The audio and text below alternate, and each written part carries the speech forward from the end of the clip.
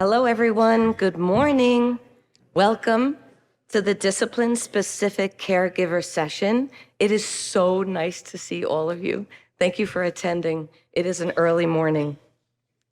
We are so proud to present to you an exciting lineup of presentations.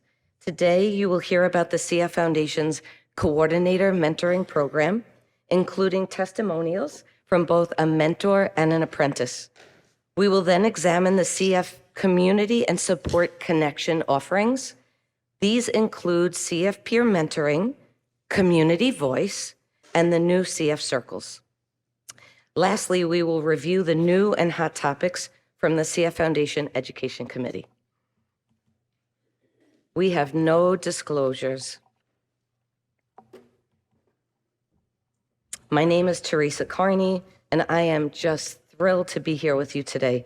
I am the program coordinator and nurse practitioner at Stony Brook in our PEDS and Adult CF Care Center. And today I am moderating this session with Julie Seguin. She is also a program coordinator, but she's upstate, SUNY upstate. Julie and I have worked together in the New York State Newborn Screening CF Consortium for years, and the CF Foundation Mentoring Program, this program. So this collaboration was just a perfect fit. We appreciate the invitation to speak with you today, and we believe in mentorship and the power of mentoring. So let's kick off the session by highlighting the CF Program Mentoring Program. Why is it important, and how to get involved? I have recently celebrated 30 years in my current role, and boy, how time does pass. That is a long time. It has been an incredible journey filled with learning and growth and invaluable experiences. But most importantly, to have the privilege of forming beautiful relationships and long-lasting relationships with patients who have cystic fibrosis, with their families, as well as our CF Care team. Many of mine have attended this morning. Thank you. These relationships have enriched my personal and professional growth, and I am so grateful for the opportunity to work with such amazing individuals and to be a part of such a supportive and dedicated community. So I look forward to connecting with many of you throughout the next few days of the convention. We are a small CF center on the North Fork of Long Island. This is my team.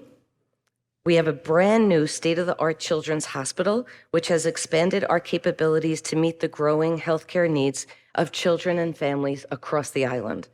My greatest sense of pride comes from the time spent in the past 15 years building and facilitating this program coordinator mentoring program.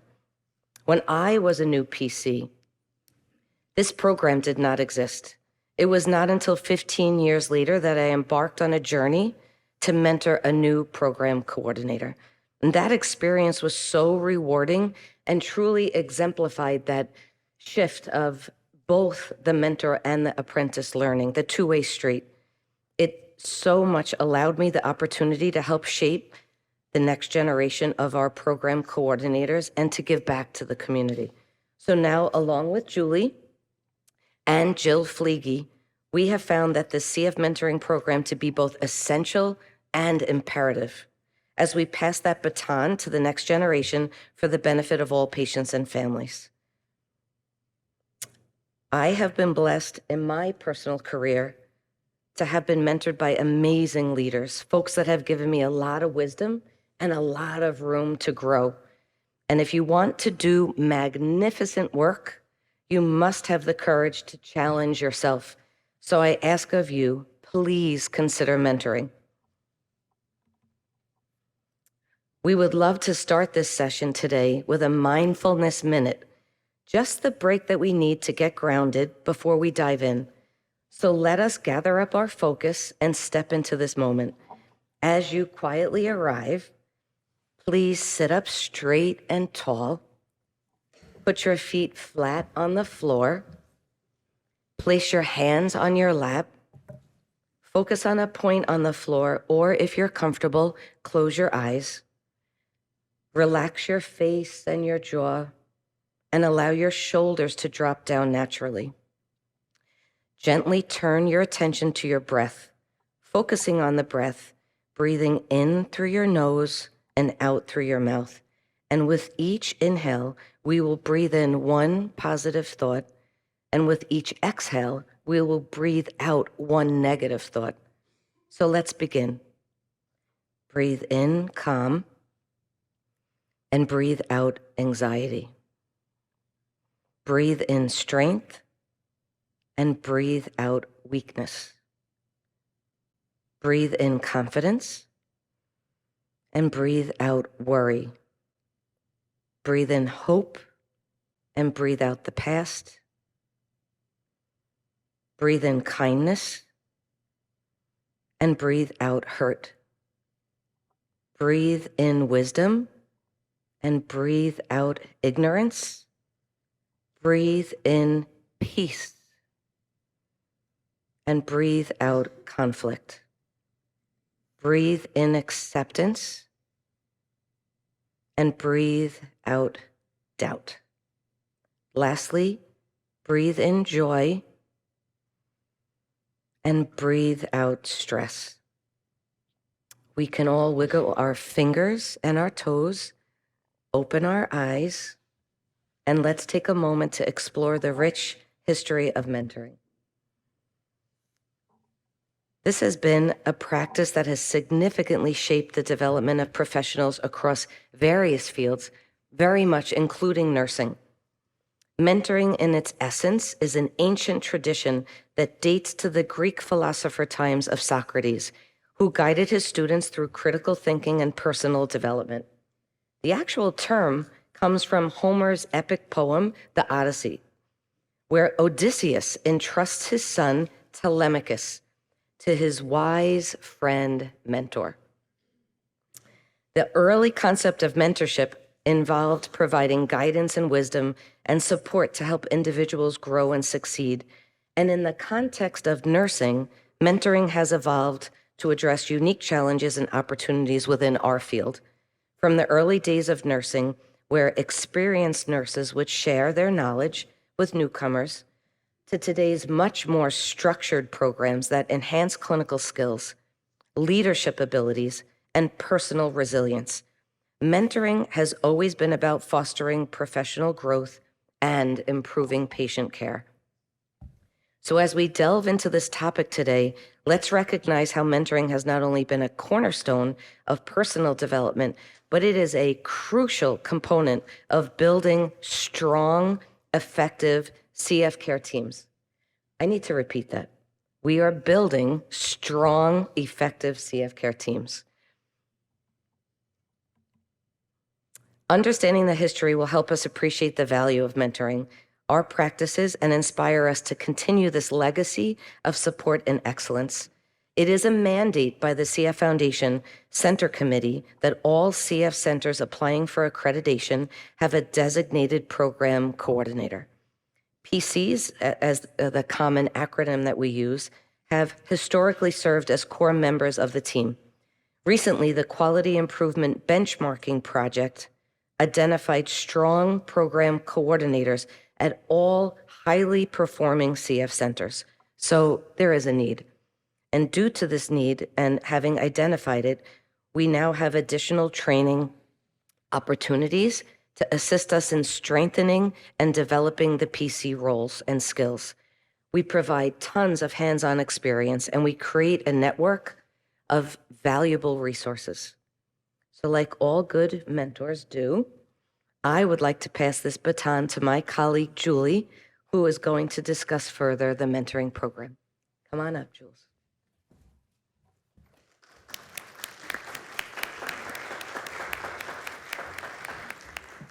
Testing, testing. Thank you, Teresa. And I wanted to say thank you so much to the CFF for continuing to fund this very valuable program. I am the program coordinator of the Adult and Pediatric Center at SUNY Upstate in Syracuse. Oops, there we go. And this is my team, and this is our hospital. It's a beautiful treehouse in the Children's Hospital at Golisano. And today I talk to you about the mentoring program.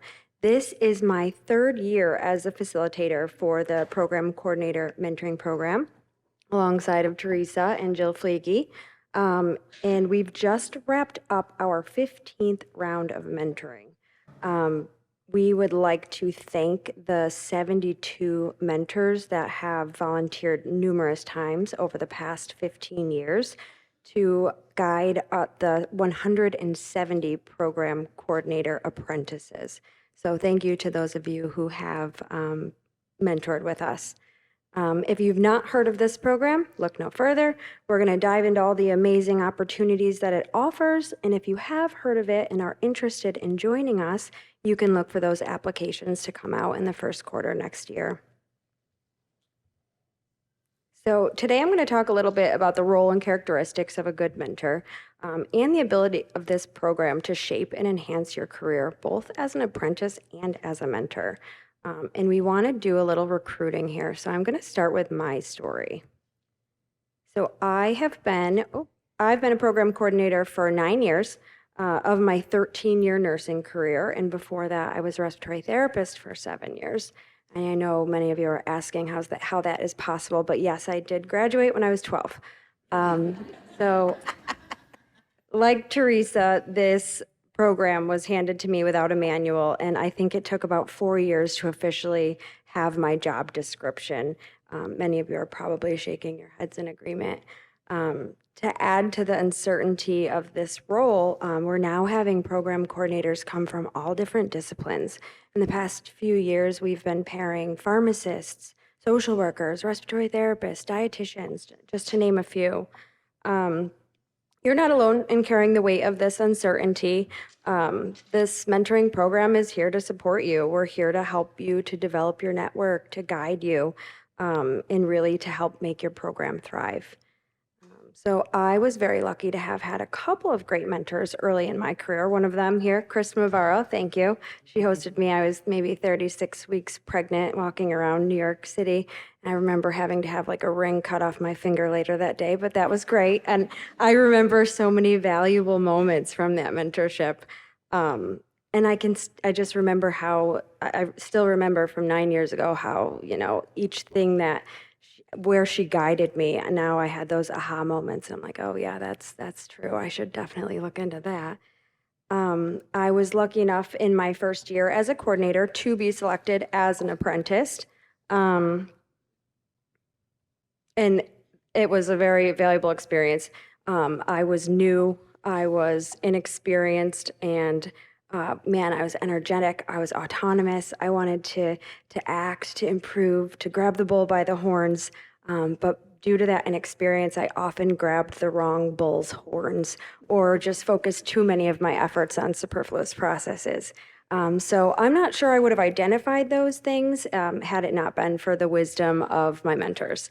And I would always refer to the CF model of steal shamelessly. We all have very similar goals, and we really don't need to develop new processes to achieve them. So, as I approached my 5th year as a program coordinator, I knew I was then eligible to be a mentor, and I was really anxious to get started to reciprocate my knowledge.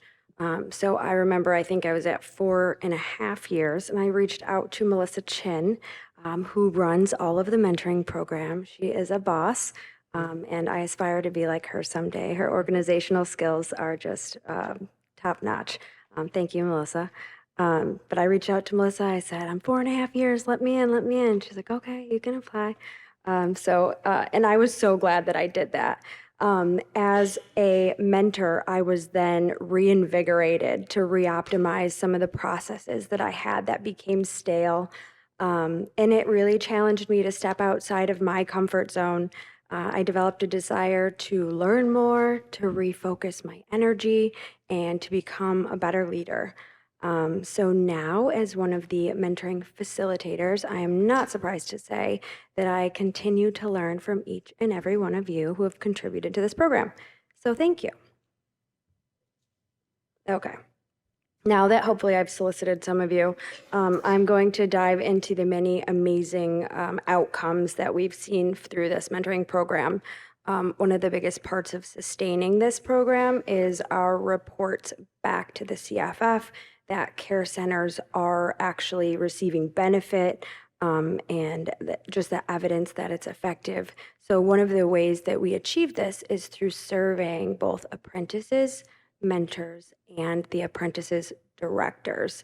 And those results have been astoundingly positive.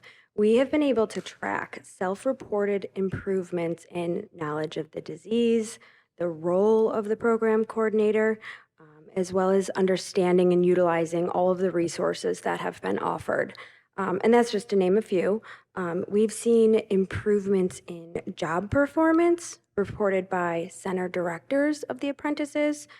Something that's really stood out to me is how often we hear from center directors that their coordinators come back from their site visit with a new confidence, with a new ability and a new direction to start different quality projects and things such as that. So the benefits are pretty astounding, and it is seen by all people within the care center. So I know that all of you are anxious to get enrolled here. So again, first quarter next year, we're asking for your help to keep this program sustained. And we do have many more amazing speakers, but I did want to leave you with a final pearl. So my final pearl of all of you in this role, whether you're newer or experienced, is one of the tools in my resource library that I find particularly helpful. It has many links to things that you may use often or very infrequently. But the program toolkit. So you probably recognize this page as the homepage for mycff.org, my.cff.org. And I just want to familiarize you with going through. So here in the homepage, enter into the resource library. And then I typically type toolkit into the search bar, finds it pretty easily. And then you will find this beautiful document that is very well designed by a lot of program coordinators. And all of these are hyperlinks into things that, again, you may use often, you may not use that frequently, but it's a great resource, and I think it'll help a lot of us to find things and work more quickly and more efficiently. So that is my final pearl. Our next two speakers are going to be providing their experiences in the mentoring program. And so they're speaking to the mentoring program. After those speakers, we will take questions from everyone regarding the program. If you go into the app, the NACFC app, there's a Q&A section. You could either stand at the mics later, or you can start typing the questions into the app as you have them as well, and we can read them up here.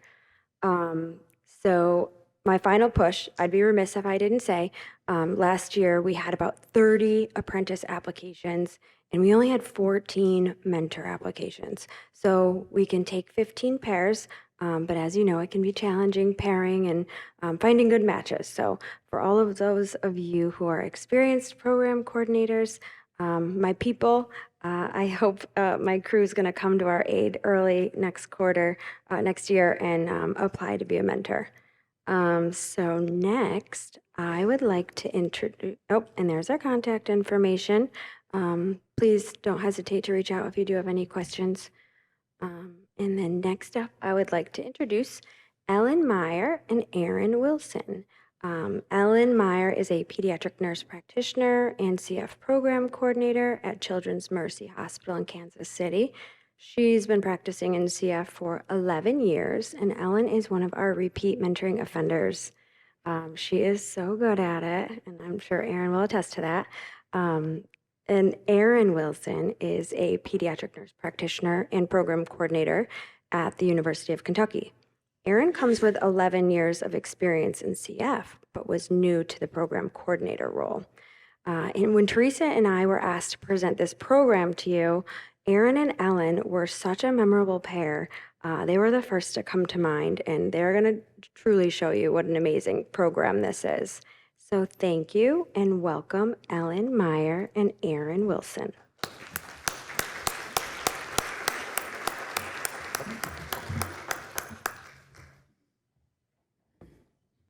Good morning. Thank you for the mindfulness minute. Did my mom pay you to do that for me? I mean, public speaking and snakes. They're right up there on the fear list. So, as Julie said, I am Erin Wilson, and this is Ellen Meyer, and we're very excited to share with you our experiences with the CF Program Coordinator Mentorship Program. For better or worse, neither of us have anything to disclose in relation to this presentation. And you just heard from Julie and Teresa. You got a really nice overview of the program. And Erin and I are just really excited to be here to share some of our personal experiences with you. As Julie said, over 150 people have participated in the program, and we're really excited to tell you our process. So we decided we should just give you a little bit of background about ourselves and our centers to help you kind of understand where we're both coming from going into the process. So this is University of Kentucky in Lexington, Kentucky. That's a part of our medical campus. The Children's Hospital is there, kind of that smaller gray building on the left. And then this is where you find me almost all of the time, Kentucky Clinic. I primarily now work in the outpatient setting. Lexington itself is a very beautiful city. We're about 320,000 individuals that live in Lexington. The Children's Hospital itself is 237 beds, level 1 trauma center with 16 PICU beds, and a level 4 NICU with 81 NICU beds. Oh, and I have to shout out, if you don't like horse racing, at least try the bourbon. So I'm lucky to have a team that really is like a family. And so these are my friends. I also happen to get paid to work with them. Members of both the pediatric and the adult cystic fibrosis programs at the University of Kentucky. I worked for in a private company about 5 years or so in primary care before I transitioned to University of Kentucky in 2013. And I've been with the Division of Pediatric Pulmonology ever since. Our center has about 126 patients. That's just the pediatric side. The adult side is a bit bigger.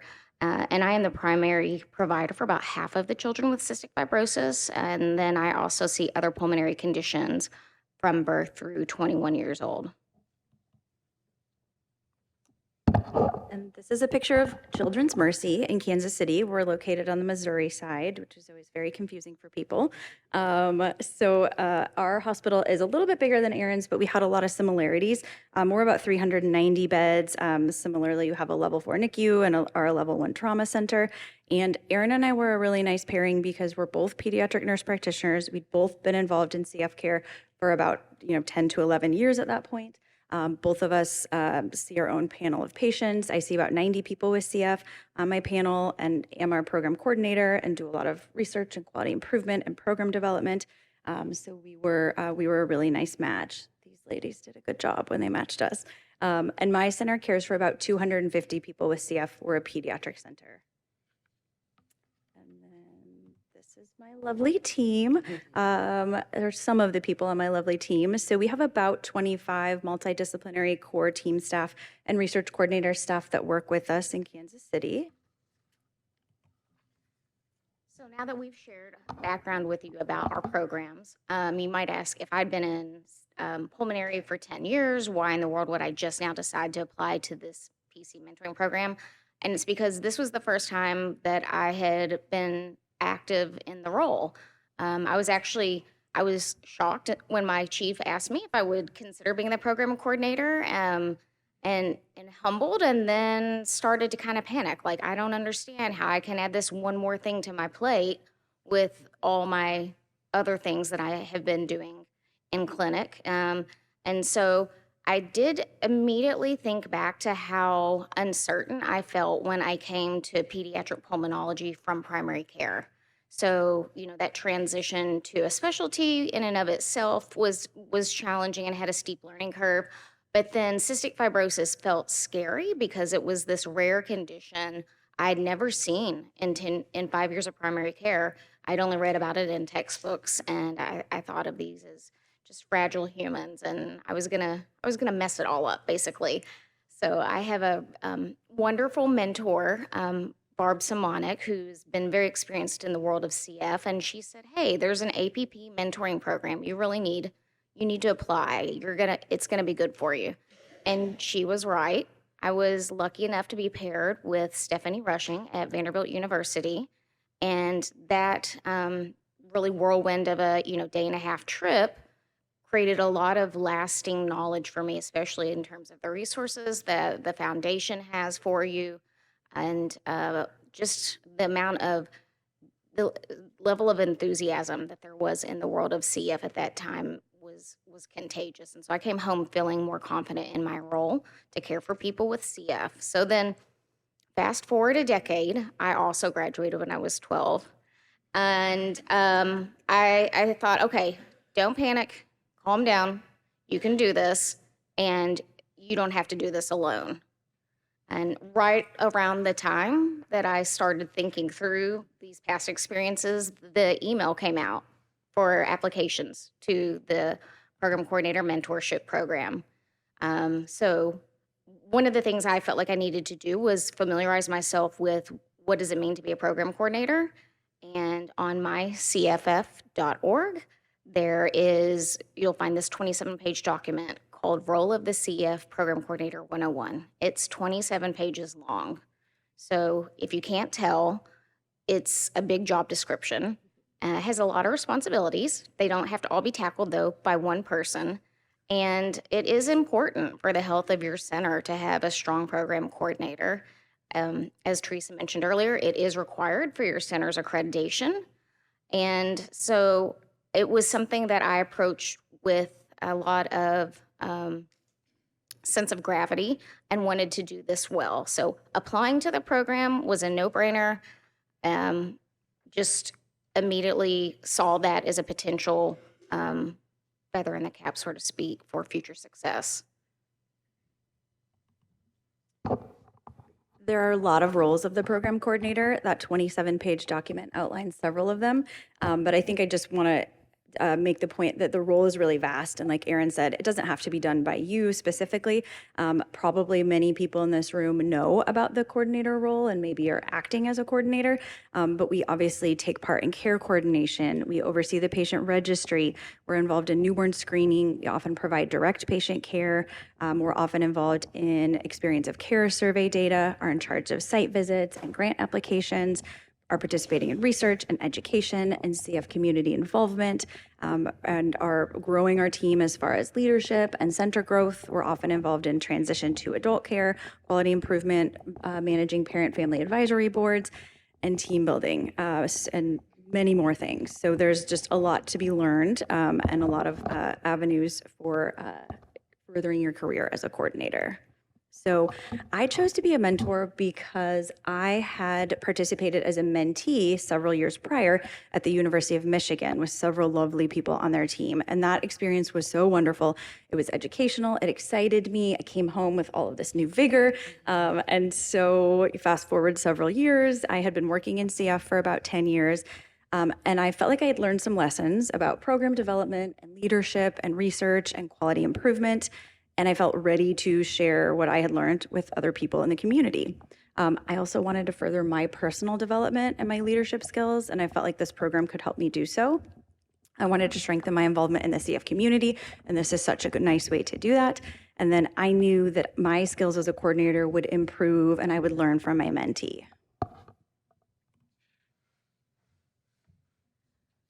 The application for the program coordinator program, I think it's going to be, how long it takes is going to be individualized to each person. For me, probably took at least 2 hours, and that's because I decided that it was a good time to sit down and review that 101 document, to look at what things in my program were working really well, areas of weakness that needed to be improved, and use it as an opportunity to kind of write my own job description, I guess, as the program coordinator. You do need to identify 3 aims or takeaways, things you want to try and accomplish during your site visit and the overall experience within the program. And once I submitted that document, I felt like such a sense of relief when I got the email that I had been accepted into the program. The orientation call itself, I think maybe it took half hour or so. I was on that call with other apprentices. Ellen and I were given each other's email information. We eventually connected over Zoom, and you all did a good job with pairing us, because we had to cut that call off at an hour. We just really hit it off, and she's a very approachable individual with a lot of knowledge. And I could just sense that this was going to be a great professional relationship, and it has also been a wonderful friendship. So after 2 phone calls, actually, then it was time for me to go out and do my site visit. So there are some things in the mentor role in terms of helping your mentee like be ready for the site visit, but it's not burdensome. And so this is something I really want to point out is the time commitment. It's not terribly significant. You do a little bit of logistical planning with helping plan transportation and logistics. The site visits are usually 1 to 2 days in length, so it's not terribly lengthy. And as Erin mentioned, to get started, we got to know each other over these 2 virtual calls. And these really helped me understand her background, the makeup of her CF center, what its existing strengths were, and what her goals were. And so I developed an agenda with her based on her needs and based on the specifics of her center. And I wanted her to also just have the chance to observe some of our team meetings. I wanted her to have one-on-one time with me so we could review resources and sit in the computer and look at center data and look at SMART reports. I wanted her to meet with some other people on my CF team because we have a lot of people that are really strong and are experts in their area. And then we also had the opportunity for a team meal, which is standard. You'll do that at every site visit, you'll do a team meal. So your mentee will have the opportunity to get to know some other people on your team.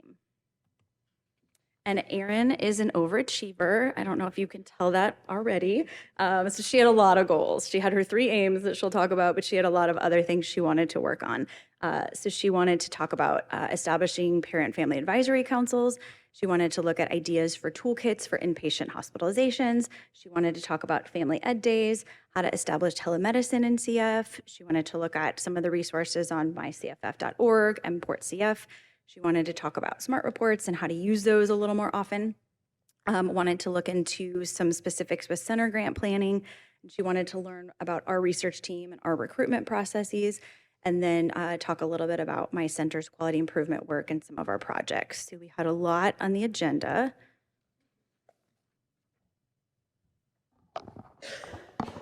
This is a snippet of the agenda. So kind of in general, what the visit looked like was arrive in Kansas City. Ellen picks me up.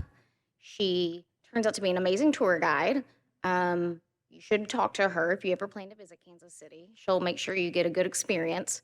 Barbecue, that's another thing. Don't forget to check out if you go there. So we had a great lunch at Q39 Barbecue. I just felt compelled to include the name of the restaurant.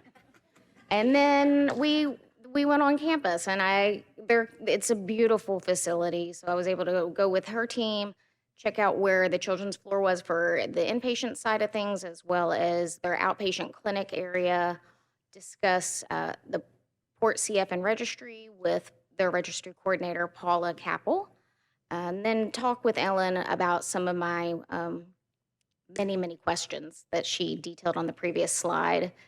The following day after breakfast, we went back on campus, and I was also able to watch Ellen in a pre-clinic huddle. And that was my first, I guess, kind of moment where I went, oh, she is a leader. That was just really the first inkling for me of what a rock she was for her team. And that was really cool. I had come into this process really focused on what are all the things I'm supposed to do for me?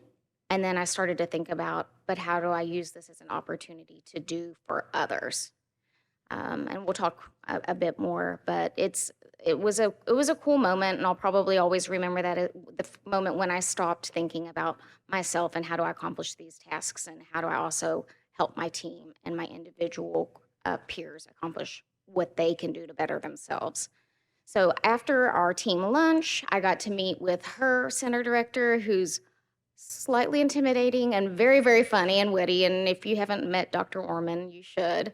And before I knew it, it was time to fly back home, and wheels were up.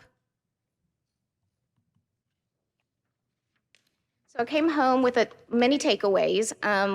Ellen has much better technical and organizational skills than me. I'm going to keep working on that, but she made me this OneDrive account with a lot of great references and documents that I go back to still to this day to look at. As I mentioned, I came home with appreciation for the leadership potential in this role, more enthusiasm for quality improvement, which I was shocked about because I did not want to hear the word quality improvement prior to my meeting with Ellen. And then overall, just started to see a heightened global view of myself in relation to my team. So after the meeting, one of the things that I felt compelled to do was to just send out an email and to see who in my team also wants to toe the line with quality improvement. What can we do better at UK? And I was really pleased and shocked to see other people are interested in quality improvement. They just, maybe they didn't have the time or the space or felt like they had the opportunity to speak up. The meeting was held, and after that meeting, I was more than pleased to see that we had 4 subcommittees created and many projects underway. So infection control, nutrition, mental health, and newborn screening are those QI subcommittees that were formed. And just examples of things that have come out of that.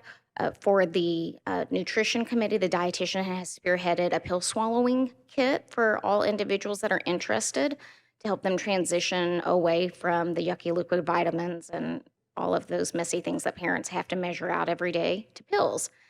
And now we have 27 kids that are in the process of swallowing pills, and then I think 7 that have successfully progressed to where they no longer need any of their medications in liquid form. So that's huge. Also, Beads of Courage. That's a program that's been ongoing in the Children's Hospital for years, but we're now piloting it as in the outpatient setting. My social worker and ped psychologist have taken the lead on getting children ages 5 through 12 enrolled in that. And within the last 2 weeks, we probably have enrolled 10 children, and the level of excitement that they have about it, just, it makes you happy when you walk out of that room and you observe their level of engagement with the child and the whole program. So it wasn't just Erin that had things to work on and things that she was excited about at the end of the visit. And we did this program together in 2023, and she was my first mentee.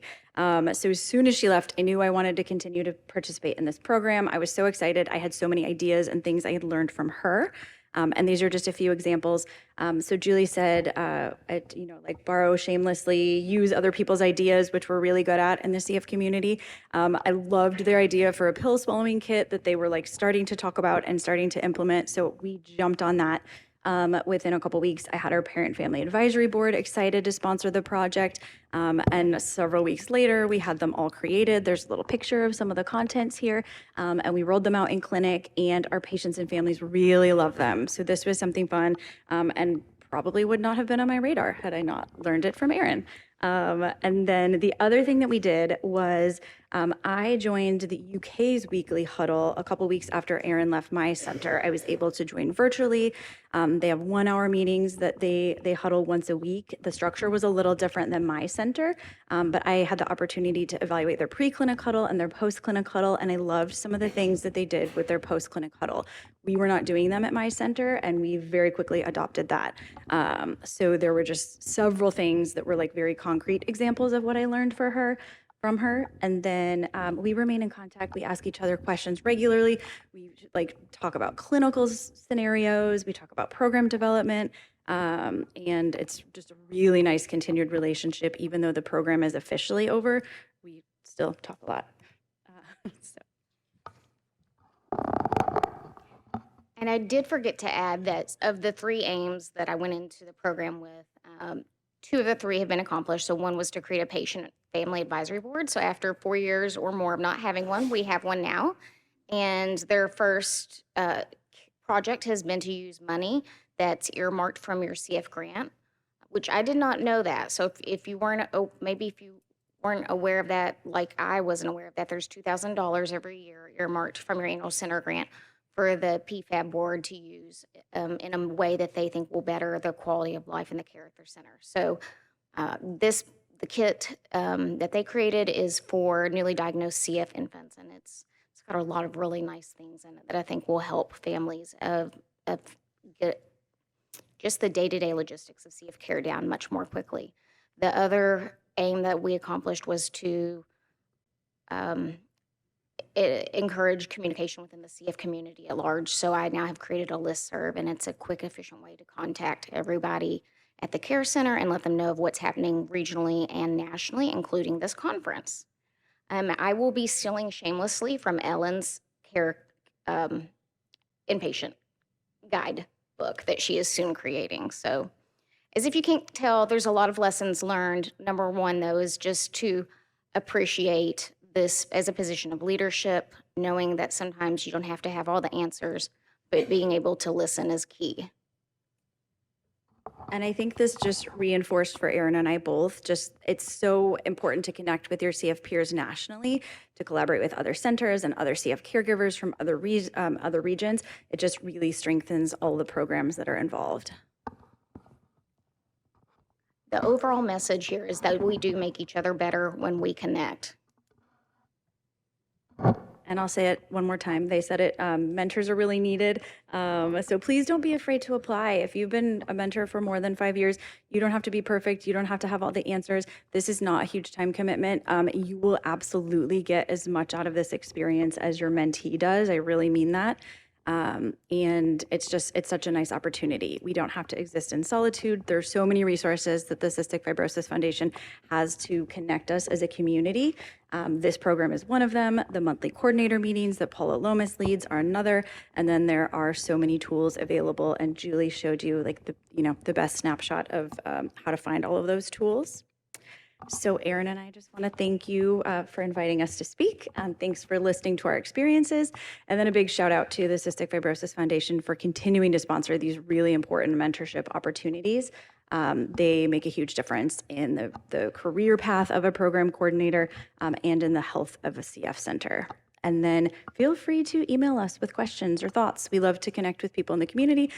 So we really mean that. Reach out to us if you want to chat further. And then I think now we have question time.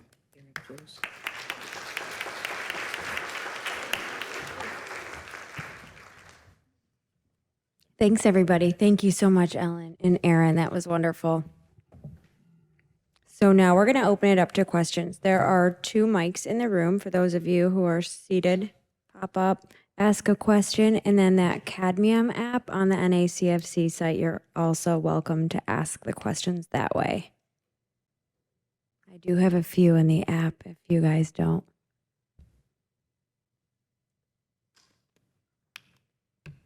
Okay, our first question comes from Tanya. It is my understanding that all disciplines within the CF Care Center have a mentorship program, except nurses.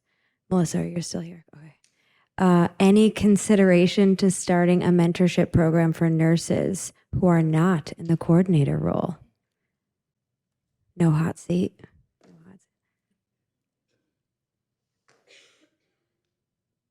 Whoa, hold on. I lost my shoe. It's fine. I can't. Everyone, let's give Melissa a quick round of applause for being amazing. I just want to say really quickly, I could not do it without my facilitators. So Jill, wherever you are, and Teresa and Julie really make this program run. It's not just me. There's a lot of people that help me in the background, but thank you. This question has come up. We have not done a nursing one. Specifically, there are budgetary limitations, as well as the nursing role is a little bit more general, and the program coordinator one is more specific to CF, and we're really trying to target roles that are pertaining to CF. And I know many of you know Cindy George. Is Cindy in here? Cindy runs a LEAP program, and that also is trying to fill the gap. She also is looking into other ways to help nurses, nurse practitioners as well. So stay tuned. We've heard it. We will look into it further and see what we can do to help support you. I have one recommendation for those of you who are in the nursing role, not PCs. go to the listserv or have your coordinator go to the listserv, look for a local center and see if your program budget would allow for kind of like a local travel. Maybe you could drive. I'm in Syracuse. I could go to Buffalo or Albany, just spend the day with someone and maybe look for, those types of avenues to, I know a lot of people are willing to host for a day. It would just not be that formal track. So check the listserv, see if someone around you is willing. I'm happy to take you out in Syracuse. It's very sunny. The weather's amazing. Just kidding. Good with questions. Yeah, that's time. Okay. Thank you so much, Ellen and Erin. Our next few speakers are going to be presenting on CF peer mentoring. Our first speaker is Jillian Mosek. Jillian is a community support senior specialist at the CF Foundation who is working on the CF Peer Connect program and the CF Circles team. She is a very passionate person about connecting within the CF community. She herself is an adult with cystic fibrosis. She lives in Toledo, Ohio with her husband and their 2, very soon to be 3 children. I welcome you, Jillian, to the podium.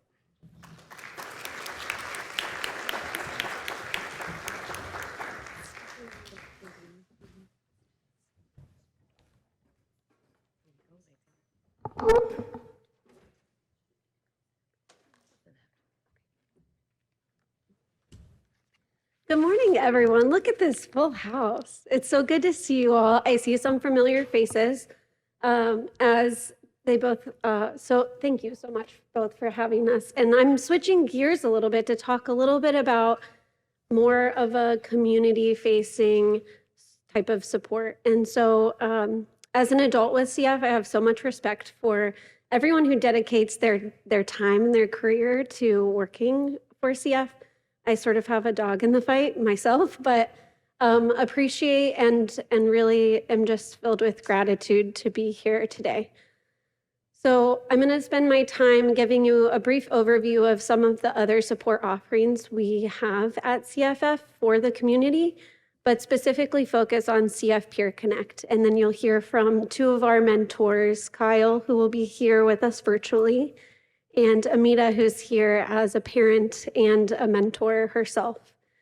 So before I dive in, I have no disclosures. I want you all to take a moment, take a breath, and you can close your eyes if you want to. I want you to think of a time in your life that was challenging for you. Maybe just something new. It doesn't have to be a crisis, but think of a time that was difficult in your life that you wanted to lean on someone who had been there before. So think about maybe who those people were, what that experience might have been like for you. And I want you to imagine, just to take it one step further, that you cannot be with this person in real life, in the same room. And think about the challenges that might, just the way that might feel for you, or that it might be hard to find that person because there's not very many people who share that experience with you. So you can open your eyes if they're closed. As we dive into these programs, I want you to just keep that mindset and that experience, because this is what people with CF and their families are often coming to when they come to our programs. And so for many people, this is not just, I'm going to talk about the nuts and bolts. It's not just that for them. This is more of like a lifeline. We hear it described as finding family. And so this is how impactful these programs can be and how important they are. Okay, so now that we have that out of the way, we've set the stage. Our 3 support programs are community conferences, which you've probably heard of. They've been around for a while, which are our national virtual events, and then CF Circles and CF Peer Connect. So as I mentioned, our conferences are planned by and for the adult CF community. For BreatheCon, this is our flagship event for adults, and it's a space just to virtually gather to talk about relevant topics. It's a great entry point for people in the CF space virtually, because sometimes more one-on-one opportunities could be more intimidating, or You can participate however often you'd like in small groups or in some networking sessions. And then ResearchCon is for everyone in the community, clinicians as well, family members too, to learn more about research, kind of like NACFC, but all existing in a virtual space. And it's a space for them to interact with clinicians as well, which is pretty cool. So these feature some small group breakouts, which I'll talk about more next. Fun activities, presentations, it's just a great mix of different things. So CF Circles, I'm really proud of because I helped, this sort of came out organically in our work in CF Peer Connect. So I helped kind of get this off the ground just this year. It launched formally. And these are topic focused groups for peer support, right? So not support groups, not education groups, but we have trained facilitators. CF Foundation staff host these, and it's just an open space for people to gather around a specific topic. So we've recently had one on what it's like to have no access to a modulator. We know this group is important and wants to feel seen and heard in the CF community, and just to have those feelings and sit with maybe feeling angry or left behind or a little bit lost, so they can relate to one another and gather together in a safe and virtual space. Other topics we've had recently, CFRD was very popular. People who are even kind of on the cusp of getting a diagnosis. So you can see some of these have a little bit more of a clinical feel. They're still not education-based, but again, it's like, how do you take insulin when you're out with a group of friends? How do you check your blood sugar when you don't want to make a big deal about it? Or if you're low, how do you handle that situation in real life? We recently had a group for Black people with CF, and also we have a pretty robust crowd of people who are diagnosed later in life. And they feel maybe at their center, they're the oldest, but they get together in these groups and they can see how full the virtual room is. And that's really moving alone, just to get online and see I'm not the only person, even though I feel like I have such a, strange experience of CF, or they feel like not part of the rest of the larger CF community in whatever way. So this is a nice sort of middle ground between those large conferences and small CF Peer Connect, which I'll tell you about now. So when I first started at the foundation 4.5 years ago, it was mainly to work with our wonderful mentors who serve on our CF Peer Connect program. We provide personalized matching based on very individual needs that people come to us and say, do you have someone like me? Like in any mentoring program, you want to talk to someone you really click with. So we spend time getting to know these people in one-to-one phone calls and really get to know all of our mentors as well. But really, it's just a resource for families for social, emotional, and practical support. It's an opportunity to walk with someone more personally. You can text, you can call each other, you can video chat. We really want this to be what they hope for, kind of meet them where they're at. So they're very flexible. That this connection lasts for 3 months, and mentors go through a training process. So they have a phone call with a staff member. They go through kind of nuts and bolts of communication skills and empathy, but really the connection is simple and they support each other. And often it is that two-way street, just like you see in other mentoring programs. So here are some topics, just broad strokes. We see a lot of different kind of requests in CF Peer Connect, but these are reasons why people might reach out, and just something for you to think about as you're talking with patients and families going through these experiences. It doesn't have to be the social worker referring them to CF Peer Connect.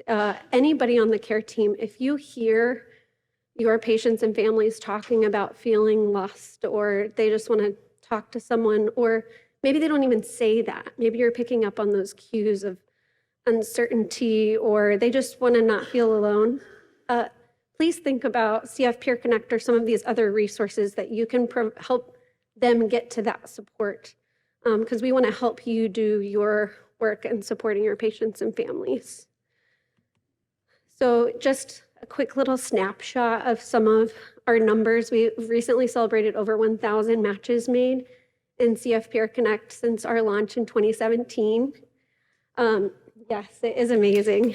Yes, we'll clap for that. We also have made recently some expansions to our program. So we now offer CF Peer Connect in Spanish. My colleague Claudia, who runs CF Peer Connect as well, she's bilingual. And so we've done more outreach to the Spanish-speaking population and are able to actually, like, we have our whole platform translated in Spanish, and that's a big feat that we can offer this important resource to more people in the community. We have we have 308 active mentors right now, which is huge. So please, we have a great mentor pool of various topics and wide variety of experience. So please know, even if we don't have one, we will find one. We are dedicated. We get all kinds of requests. And if we don't have one that really fits, there's ways that we can connect with others in the CF community and sort of invite them to become a mentor if we think they might be a good fit for someone.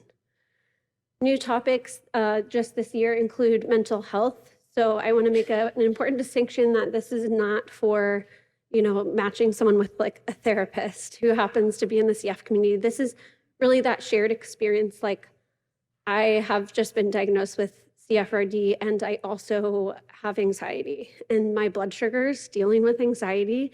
Maybe this is the context around which you're talking about some of these topics. So having someone who understands, yeah, I also meet with my therapist, or making sure that they have mental health supports while they can still talk about this shared experience, because we know mental health is a big piece of CF care. Also GI complications, that's been a rising topic. So now we match around that as well, just to, we'll match around anything, but these are kind of the things that we look for in a mentor and ask them about their experiences so that we can make a good fit kind of connection. So you can see they get highly personalized. Just in general, just some frequently requested topics we get are, of course, new diagnosis. That's the most common pediatric, but also a lot of later diagnosis for teens or adults. I would say balancing just like adulting with CF, which is a big task, whether that's transitioning into adulthood, or maybe you've been at it for a while. I think I'm guilty of this as well as a person with CF. Sometimes we think I don't need any support because I've been doing this for 30-something years. I don't need to talk to anybody else about this thing, but man, it's refreshing. And you'll hear that a little bit from Kyle, our next speaker virtually. And then also just caregiver balance, whether that's somebody with CF being a caregiver to their family or parents who are requesting support about taking care of their loved one with CF. I love this quote from Rachel, who's a CF social worker at a care center. And she talks about how CF Peer Connect was such a valuable resource for her patient who didn't think that there was anyone else in a similar situation, and how they were able to make a meaningful connection.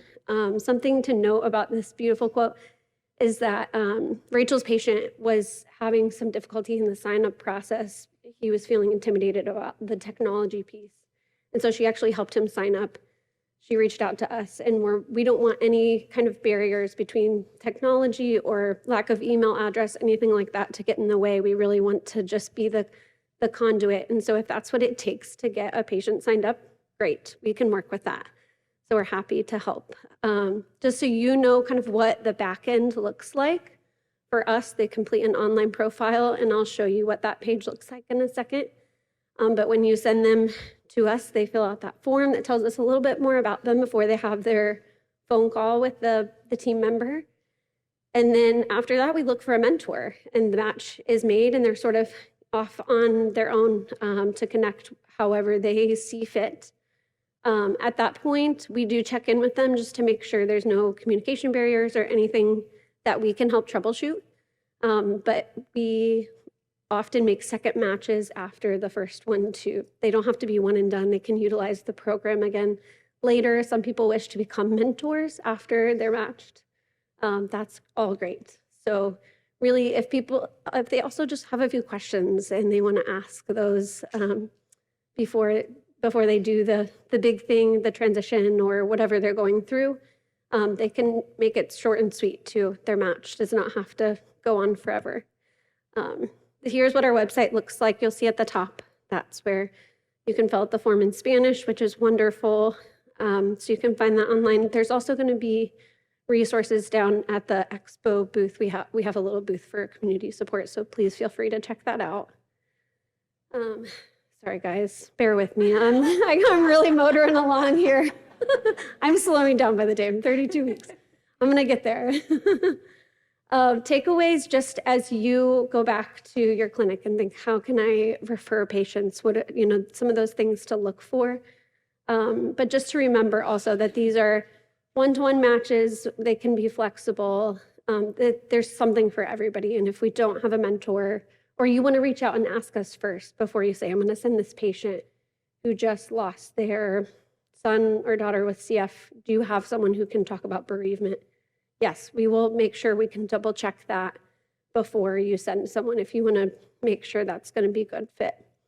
And we are available for Spanish speakers, which is great. So I just want to, there's a QR code there. You can get more resources there. That's my contact info. And I'll leave that up there for a second for anybody who wants to use it. But really the heart of our program is our mentors and our peers. And we could not do it without our mentors. So I want to thank Amita and virtually Kyle, who is going to share his experience about what it was like to be a participant and a mentor in CF Peer Connect. So there they are. And I'm going to pass it over to them now. Thank you so much.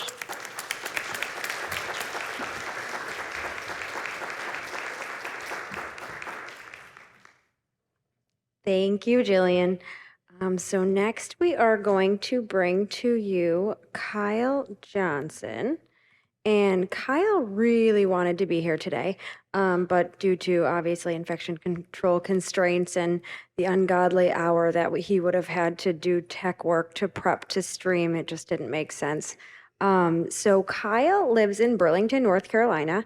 He came from a center in Baton Rouge, Louisiana, where he was very involved in his local CF chapter. He's spoken as an ambassador for many fundraisers and has also raised funds for Great Strides. These events compelled him to become more involved in his CF community. And I will present to you, hopefully the sound comes out well, Kyle. Good morning. I'm Kyle, a human adult with CF. I'm 42 and I live in North Carolina where I get CF care at UNC Chapel Hill. So shout out to anybody in the room who might be from there. I'm also seen at Duke RMC for our annual pre-transplant evaluation. I'm lucky enough to have an incredible and accepting wife and two beautiful girls. One is 2.5 and one is 7 months, and they are both Australian Labradoodles. I've been involved with CF Peer Connect for about a year, first as a person seeking connection, and then as a mentor. I'm a certified pharmacy technician and I work part-time at Publix. I wanted to start with a brief history. I was diagnosed with CF July 22nd, 1984 at Tulane RMC in New Orleans. No one's diagnosis story is easy and mine's no different. It was traumatizing for my parents to go through the first several years with CF and not have support from anyone going through something similar or who had already been through it. I wish they had a program like Peer Connect at the time so they could talk to someone about what to expect. With the 6-foot rule being the new law of the land for CFF gatherings and best practice in any non-sanctioned gathering of CFers, traditional support systems are difficult to establish. I remember my first BreatheCon experience. I was in my early 30s, and it was my first time that I felt like my CF was a reason for me to belong and not something that made me weird and isolated. It was so uplifting to hear others talk about their struggles and successes, and it was exciting to me that what they were saying resonated so clearly with my own experiences. The feeling of community was overwhelming. When I first reached out to Peer Connect as a person seeking connection, I was already familiar with the program because of emails sent by the CFF and it being mentioned at circle discussions and BreatheCons. I thought about reaching out for a connection after the program started, but my insecurities were a barrier for me. I thought that I should be able to figure things out on my own, or that I didn't want to burden anyone else with my issues. I also questioned how much one CFer could have in common with another. Trikafta was the impetus for my wanting to reach out this time. It changed how I lived my daily life, and it made it so that my transplant window kept being pushed farther and farther away. I started wanting to go back to work, but I was uncertain about how to do that since it had been so long since I was able to. I was afraid of jeopardizing my long-term health or my insurance. And I wanted to hear from another CFer who had experienced a change like this because of a modulator and how they had handled those changes. I remember how easy it was to register my interest in being connected with a mentor. The team got back to me right away and paired me with someone who had been going through similar circumstances to mine. I quickly realized how wrong I was to doubt that another CFer could share so much of my story and experiences. As we got to know each other and we talked about our mutual experiences, I started to understand how ubiquitous to many CFers these feelings of uncertainty are. My mentor shared that he was also experiencing a time of transition regarding work, and that modulator therapy had produced unexpected benefits and challenges for him as well. He was very comfortable talking about the parts of his life and healthcare which were relevant to our conversation, and it was refreshing that nothing I shared shocked or surprised him. In fact, most of the time when I shared something about which I was uneasy, his response was to echo my feelings with examples from his own life. It was the exact opposite of an isolating, one-sided conversation. Going into my connection, I expected that my mentor would listen and try to follow along with my concerns and feelings. What I did not expect was for there to be so much personal, pre-existing familiarity with the topics which I wanted to discuss. As a person who thrives on connection, I knew from the start of my experience with my mentor that I would one day want to be in that role. As soon as our connection time ended, I reached out to the Peer Connect team to see if I could be useful in that way. I shared the topics about which I'd feel comfortable talking with someone and waited for an opportunity to connect. I was thrilled when I was offered my first connection. It was with a young man who was reaching out to talk about some challenges or changes in his life recently, partially due to Trikafta. He was interested in learning how other CFers were coping with the changes such as these, so he reached out to the Peer Connect team. He wanted input on coping with the ability or expectation of working more, the possibility of more permanent relationships, and how to talk about CF within them, and the struggle of how to responsibly handle this extra time that we never thought we would have. It may sound counterintuitive, but suddenly being presented with additional lifespan is a complicated phenomenon. Of course, it's a blessing to you and the people who love you, but it also comes with a lot of responsibility and the need to cope with things you never thought you would have to, like retirement or career advancement. It's wonderful and complex, and it can be extremely overwhelming. My second connection was with a CFer in his 20s who had never reached out to another person with CF before. He was diagnosed in his mid-teens and at one point was ready to give up on his CF treatments and medications. He wanted to just live life unencumbered by these new restrictions on his time and health, regardless of the consequences. Thankfully, he had good luck with modulator treatment and felt more in control of his life again. He had a good support system, but it didn't include anyone with CF. He reached out to Peer Connect to talk to a CFer who might be familiar with those frustrations and struggles, and to talk about where to go from there. He works in a mental health ward of a hospital and is in school to be a social worker. So he has a very evolved understanding of his emotions and how to communicate them. I've actually learned a lot from him when it comes to how he communicates his need for personal space with his parents. Our connection is ongoing, but I like to think that I've helped him through some of the issues which he wanted to talk about. I learned just as much as a mentor as I did as a person seeking connection. The Peer Connect interaction is a system where information is relevant to all parties and is not one person having all the answers and just passing them out. From the outside looking in, someone would see two people with different lives, jobs, family structures, or physical abilities, like comparing apples to oranges. But if you'll allow me to follow the metaphor, once you start getting into the fruit, you see that instead of an apple or an orange, they're both onions. And as you peel back the layers, you see more similarities than differences. One layer may be modulator response, or how to safely get back to work, or handling financial responsibilities or relationships that we thought we'd never have time for, or medication side effects that could build up over time. CF Peer Connect addresses the whole person with CF and not just the one topic about which they wanted to reach out. Finally, I wanted to say what a pleasure it's been to be part of NACFC this year. It's been a goal of mine for a long time to participate in some manner, whether virtually or in person. And I want to thank our entire panel for allowing me to be a part of it this year. Thank you for your time and enjoy the rest of the session.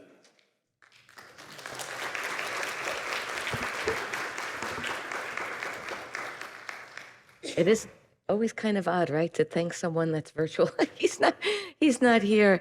We love Kyle. Thank you so much. We would love to snap a photo of the audience clapping, and we're going to send it to Kyle. So if you could do me one more clap. Woo! Thank you, Kyle. So next up, thank you so much. We would like to introduce Amita Mahajan. Amita is from Portland, Oregon, where she lives with her husband, Jay, and their 2 children. Her daughter, Riddhi, was diagnosed with cystic fibrosis in 2006 at the age of 1.5 years. Amita would like to tell you her story of life after the CF diagnosis and the changes that her family experienced. Amita is an active volunteer in her local CF Foundation chapter. In addition to her fundraising, employment, motherhood, advocacy, she has been a mentor to others who face the same challenges. And I would greatly like to thank her husband, because at 7 a.m. when I got here, God bless him, he was here listening to her practice. Yay! Go, Jay! Woo! Amita, we welcome you to the podium. Thank you so much.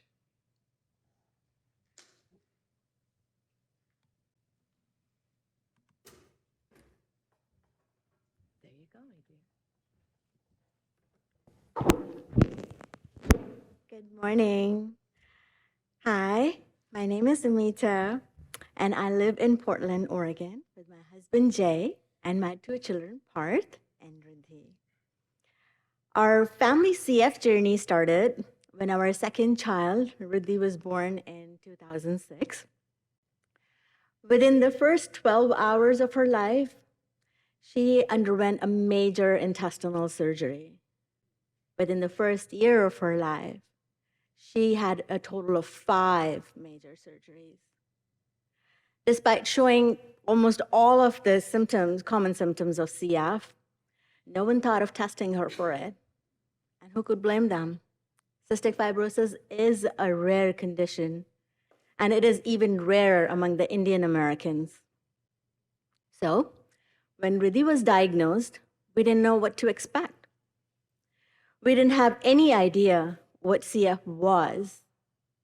We didn't have anyone to guide us, to hold our hand and say, it's okay. None of our friends or family members understood what we were dealing with. Empathy was the only thing that could guide us through this. And just a little bit of relatability with another family would highlight that this struggle is not unique to us. So here's Riddhi and my son.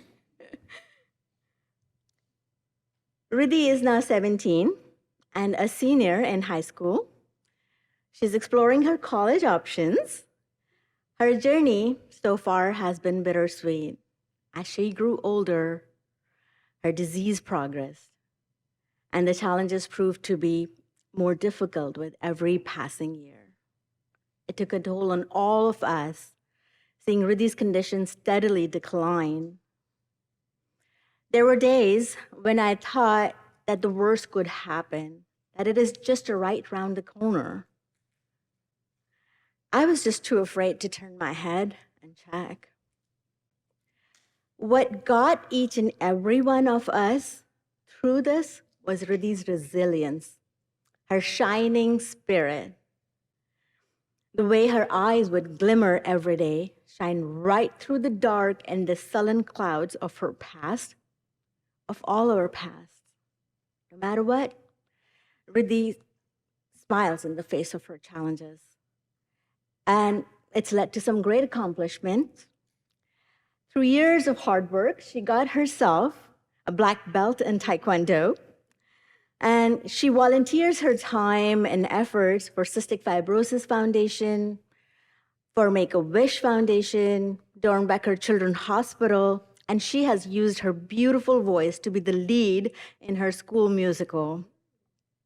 And on top of that, she was given the opportunity to tell her story by designing a shoe for Nike. So, when the opportunity to participate in the Peer Connect program presented itself to me, I thought of all the relief I could have gotten had this program been around when Riddhi was a baby. I first spoke to Jillian, who listened to my story with so much kindness, patience, and empathy. Likewise, I listened to her journey as a CF patient, and instantly, a connection was formed. Pretty soon, I was connected with a mother of 2 children with CF. On our first call, we shared our children's CF experience as expected, but we began to talk more, and we found an increasing amount of similarities outside of CF in our lives. For example, both of our spouses served in the military. We both have super supportive family members, and we both share an optimistic outlook towards life despite the challenges. My second connection was with a young father from South Asian country who has a toddler with CF. And because CF cases were extremely rare in his home country, he felt really lost with his son's diagnosis. But I was able to empathize with him, as I too felt the same surprise and confusion once. Naturally, he had many questions about the disease and how to manage it. But since I could communicate with him in his native language, I was able to answer those questions in a way that made him feel more comfortable despite the pain he was feeling. I feel so touched that my experiences were of use to someone new in the CF journey. My third connection was a mom about my age to an adult with CF. She wanted to connect to discuss how we as caregivers take care of ourselves. So we talked about what we do for fun outside of CF. And to this day, we encourage and remind each other to stay hopeful, healthy, and take care of ourselves. My fourth connection was a mom with a recently diagnosed 14-year-old.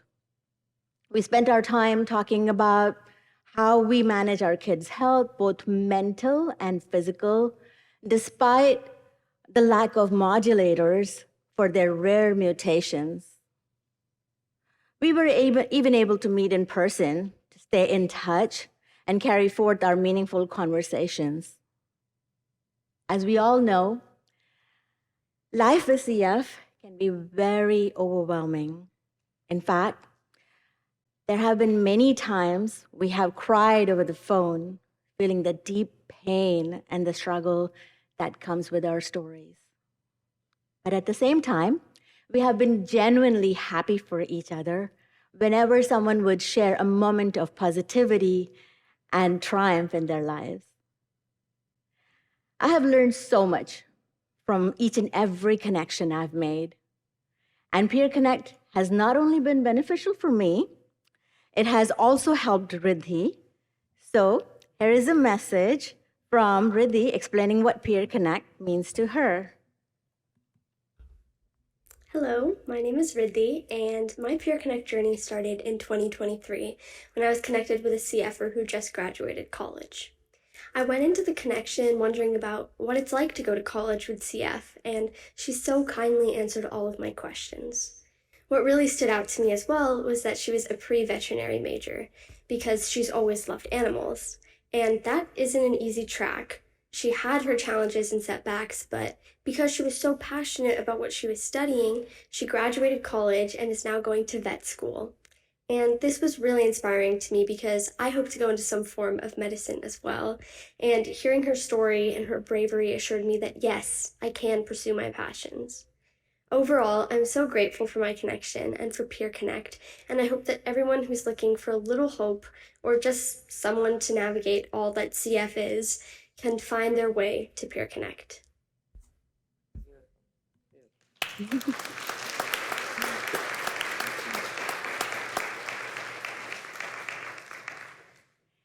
The empathy that we were able to share with each other made me feel so grateful for the Peer Connect system. It shows that despite coming from different backgrounds and carrying such different yet similar challenges, we can take just a little bit of time from our busy daily lives, to just check up on each other. The most rewarding aspect of this specific connection is that after all our long talks and special moments, one of my connection now refers to me as their older sister. It shows that after all the blood we see, sweat we endure, and the tears we wipe away, what really brings us closer together is our hearts. Each and every connection that I have made so far has made my heart grow bigger and bigger. Because to me, Peer Connect is not about it is more than talking to each other. To me, Peer Connect is this wireless connection between our hearts through which we constantly send love and good wishes to each other. And for that, I'm eternally grateful. Thank you.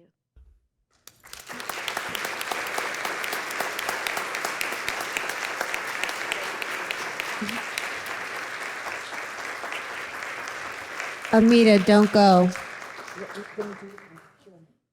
We'll do Q&A. Jillian, you can come up if you want. Thank you again to Jillian, Kyle, and Amita. And I need to do the same thing for Riti that we did for Kyle now. Mom, go stand back at the podium so I can get you in the video. Come stand here. I want to get a picture. Do you want to use your phone, Dad? Come on. Stand at the podium. Let's get a picture for send home for your daughter. Yeah. Oh, there you go. All right, and get a little video. Get all the audience clapping.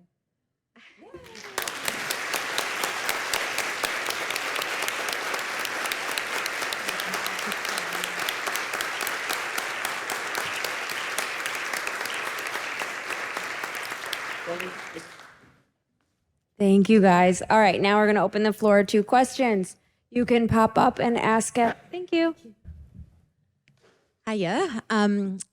First of all, that was amazing. Hello, Gillian. What a great program. I think, yeah, we've all got this innate need for belonging and connection and to feel understood. So this is amazing. And you must be so proud of your daughter. She's gorgeous.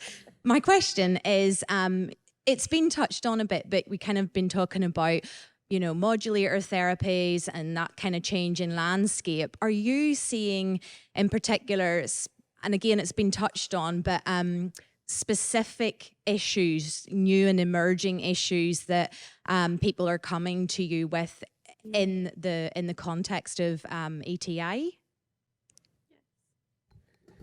Hi, Maggie. Thanks for your question. Yes, the answer is yes. Kyle touched on that really well for his connections, but a lot of identity kind of shifting. I think that's a good way to describe it.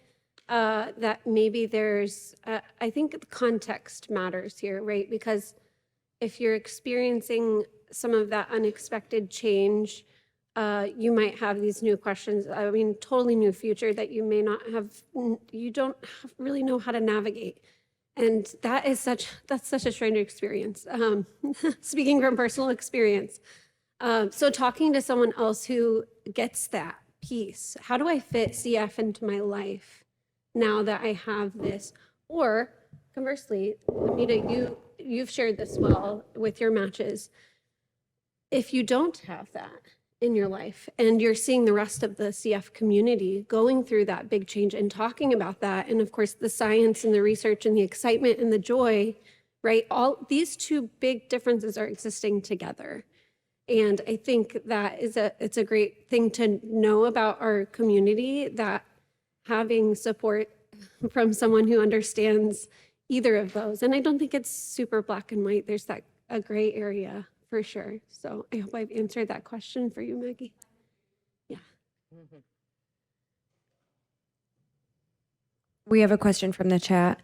Have you ever thought about adding the topic of lactation? So many patients with CF now having babies, such as yourself, and diagnosed with CF, and mom's breastfeeding, the matching and support would be amazing. I love that. Whoever submitted that, thank you. So it's not an official topic, but we have a broader topic of family planning and sort of reproductive choices for people with CF. It's not as frequently requested as you would think, but I hope that will continue to grow as people with CF are answering those questions, asking those questions to each other. Yeah. I could have my own TED Talk on breastfeeding with CF. That'll be later today. If any of the questions that didn't get answered, you're welcome to stick around after. We'll kind of linger here for a little bit. But thanks again. Thank you both.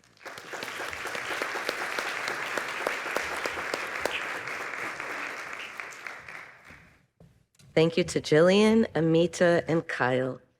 So we are so excited to round out our morning to introduce two members of the Cystic Fibrosis Education Committee. We are thrilled to highlight the innovative and impactful work of this committee. The last two presenters will provide you with an overview of the program and discuss the current trending topics.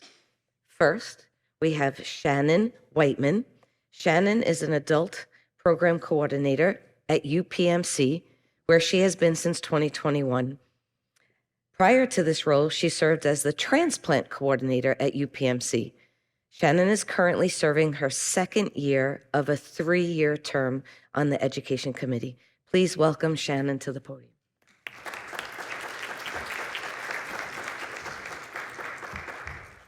So good morning. I'm not going to quite talk about how peer connections happen, but more so from a provider, how can we find information? And that's through the Education Committee.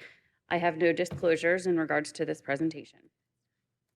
So the Education Committee is a group of adult and pediatric specialists. We are a multidisciplinary group. We have an adult with CF, a parent, physicians, nurses, advanced care providers, psychologists, dietitians, social workers, respiratory therapists, physical therapists, pharmacy, and genetic counselors. We each have a 3-year term, and it's based on an application process that you will see coming out again next year. And what we're looking for is an experience with CF, an experience in creating and reviewing educational materials and ideas for developing a CF education.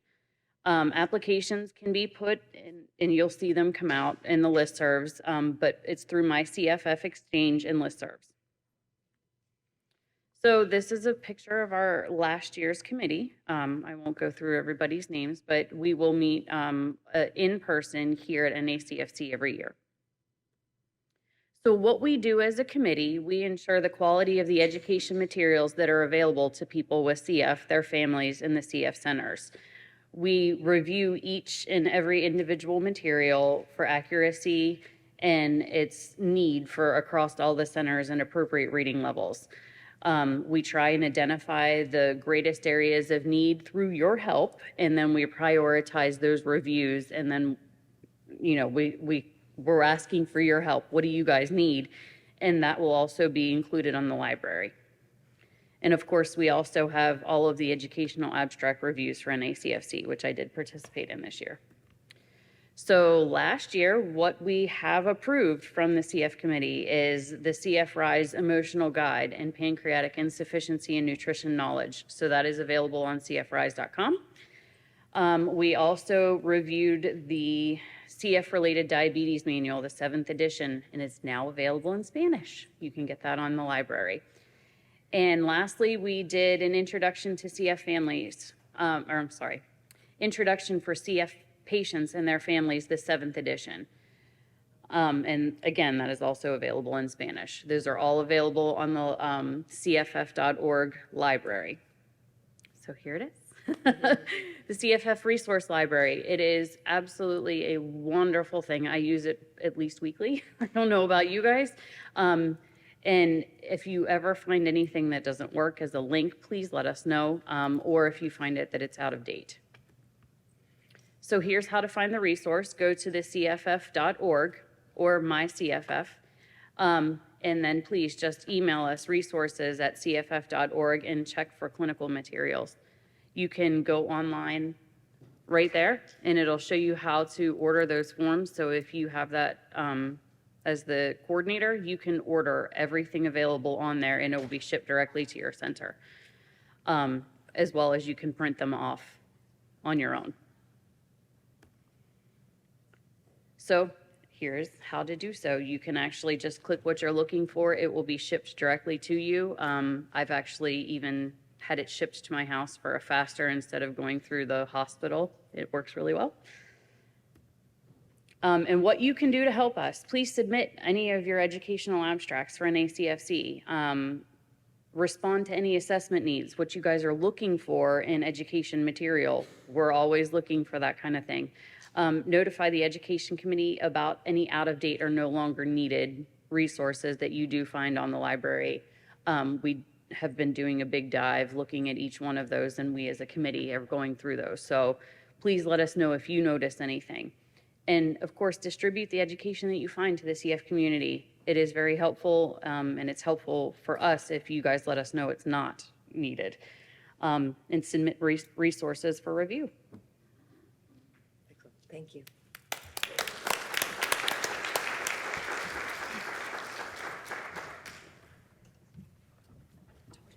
Oh, I don't even need to pull up your slides. I forgot. Sorry. Our next speaker is Christine Mavaro, and Chris comes from to you. Chris has been a coordinator for 28 years. Baby. 15 of those have been at NYU caring for both pediatric and adult patients. She has participated in the CF mentoring program. She recently participated in the CFF leadership pilot program and now sits on the CF education committee. Chris was one of my mentors, and as a coordinator, it brings me great pleasure to introduce her as our last speaker for the day. Welcome, Chris. Thank you, everyone. Thank you, Julie. Thank you for such a great opportunity to speak about such a relevant topic today. It's not only hot, it's really relevant in our CF community. So no disclosures. So healthcare disparities, the World Health Organization defines healthcare disparities as differences in outcomes that are closely linked with social, economic, and environmental disadvantage, driven by social conditions in which people live, work, learn, and play. So I love this quote. Dr. Martin Luther King Jr. said, "Of all the forms of inequality, injustice in health is the most shocking and inhumane." Healthcare disparities in medicine. So people with higher incomes, people with better jobs, better educated, better are known to live healthier and live longer. So lower socioeconomic status is linked with to a number of factors that influence healthcare status, such as including access to healthcare, healthcare behaviors, lifestyle factors, chronic stress, environmental and neighborhood exposures. So there's significant ethnic differences in prognosis and clinical status that have been reported in the US. So healthcare disparities in cystic fibrosis. Patients with CF experience more deprivation-related healthcare disparities than all other individuals in the population in countries where healthcare expenditure per capita is low. And we know why. Medications are expensive. So especially in countries where there's not enough money or exposure to different medications, of course, they're going to experience more deprivation. In the US, patients of Black descent have significantly poorer nutritional status and pulmonary function compared with Caucasian patients. And pediatric patients with CF of Hispanic descent have a mortality rate of 2.8 times higher than non-Hispanic patients reported by the CFF California cohort since 1991, and that hasn't decreased within the past few years. So this is old data, but it's still relatively the same. So addressing healthcare disparities, you want to identify the causes of systematic racism in healthcare and that are grounded in historical instances. It's still prevalent, it's still out there. Identify organizational gaps and needs, create a vision for change, and implement and execute these strategies to close disparities within the CF community. Gain greater knowledge regarding how inequity affects quality and cost of care, and create a vision to obtain stakeholder and buy-in from different strategic framework to implement solutions to the leading cause. So advocate for healthcare equity in CF. Serve as the CFF and NACFC committees, including Racial Justice Working Group. I didn't know some of these committees even existed until I did research. And when I was going to talk about this program, I really did a lot of research. And when I found that there's a lot of different working groups right now and subcommittees that you can join. To be a part of it and help within your CF center. I know in my CF center, we have a lot of Hispanic and African American patients, and we do have, right now, I think we have 3 or 4 new families that are of Indian descent as well. So it's really, really important that you be aware of these different groups within CFF.org. So be intentionally diverse and inclusive with the CF community, including voices and viewpoints of Black, Indigenous, people of color, and ethnically and racially marginalized groups. Expand newborn screening to improve. I know in our center, as well as I know other centers within the New York area, we have a lot of, in our newborn screening, we have a lot of babies that are born that historically, we did not find their mutations, but now we have better newborn screening mechanisms where we're doing better testing and more thorough genetic testing. So it's not as big of a problem as it is in other states throughout the country. Advocate for healthcare equity in CF. Expand modulator eligibility, inclusive of variants more often found in individuals with CF who identify as Black, Indigenous, people of color. Some of our patients do not qualify for modulated therapy, so it's important to do research to help them qualify and find medications that would be beneficial to that population. Join committees, advisory boards such as Clinical Research Advisory Board, and Sexual Health, Reproduction. Create awareness and transparency within the CF clinics. So what have we learned? Tremendous increase in healthcare spending, important. I mean, we're spending a lot, but there's still a lot of disparities. We detected no progress in these key health metrics. Despite large gains in coverage since the Affordable Care Act in 2014, people of color and other marginalized and underserved groups remain more likely to be uninsured. So there are still a lot of uninsured patients.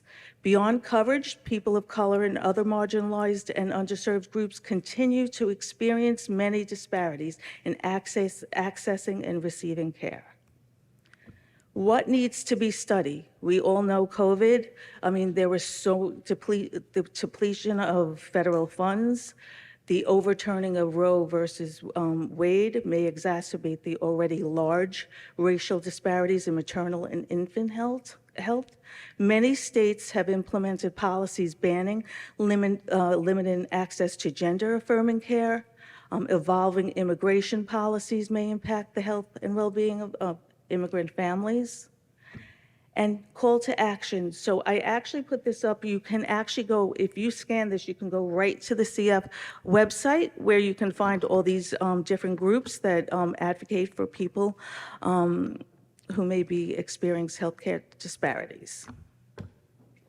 Thank you. Thank you.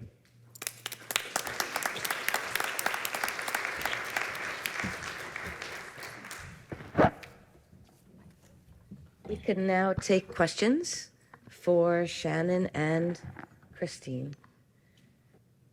I have nothing online, but I can think of a question. So I was, 1991 was that article that you referenced for the data.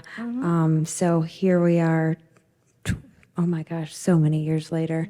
And there's still no changes. I think that's pretty remarkable.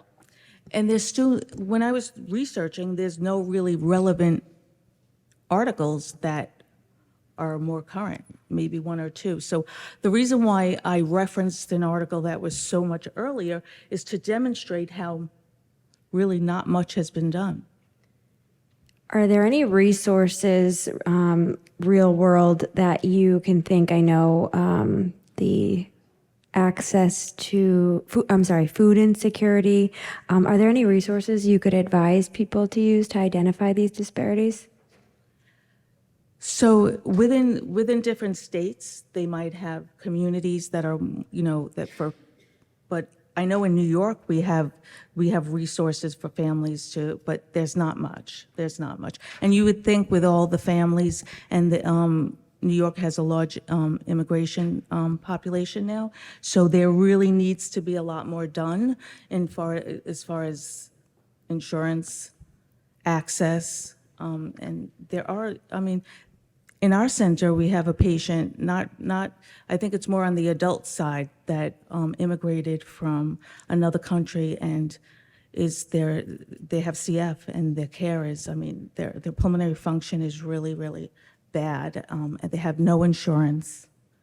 So they're actually being seen at Bellevue now, and we're trying, the nurse that I work with and the social worker that I work with, we're really trying to get them access to care and different programs to. I do have another question.